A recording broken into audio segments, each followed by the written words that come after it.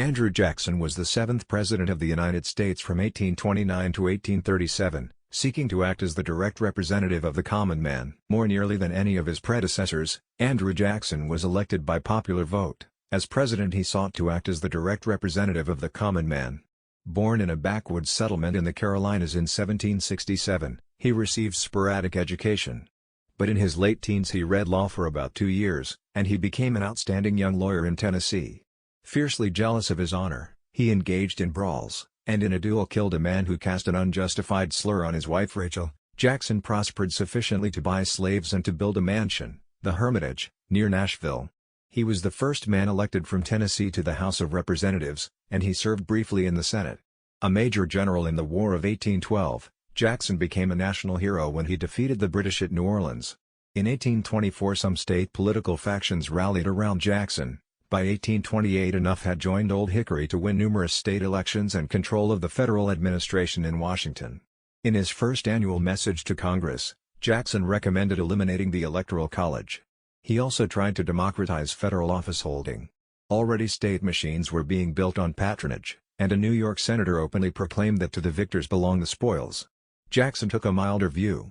Decrying office-holders who seemed to enjoy life tenure, he believed government duties could be so plain and simple that offices should rotate among deserving applicants. As national politics polarized around Jackson and his opposition, two parties grew out of the old Republican Party: the Democratic Republicans, or Democrats, adhering to Jackson, and the National Republicans, or Whigs, opposing him.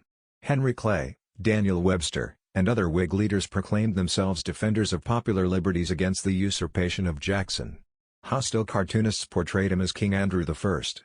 Behind their accusations lay the fact that Jackson, unlike previous presidents, did not defer to Congress in policy-making but used his power of the veto and his party leadership to assume command. The greatest party battle centered around the Second Bank of the United States, a private corporation but virtually a government-sponsored monopoly. When Jackson appeared hostile toward it, the bank threw its power against Clay and Webster, who had acted as attorneys for the bank, led the fight for its recharter in Congress. The bank, Jackson told Martin Van Buren, is trying to kill me, but I will kill it. Jackson, in vetoing the recharter bill, charged the bank with undue economic privilege.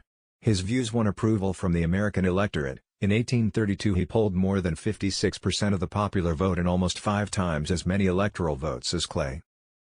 Jackson met head-on the challenge of John C. Calhoun, leader of forces trying to rid themselves of a high protective tariff.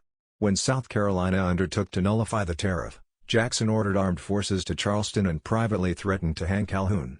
Violence seemed imminent until Clay negotiated a compromise. Tariffs were lowered and South Carolina dropped nullification.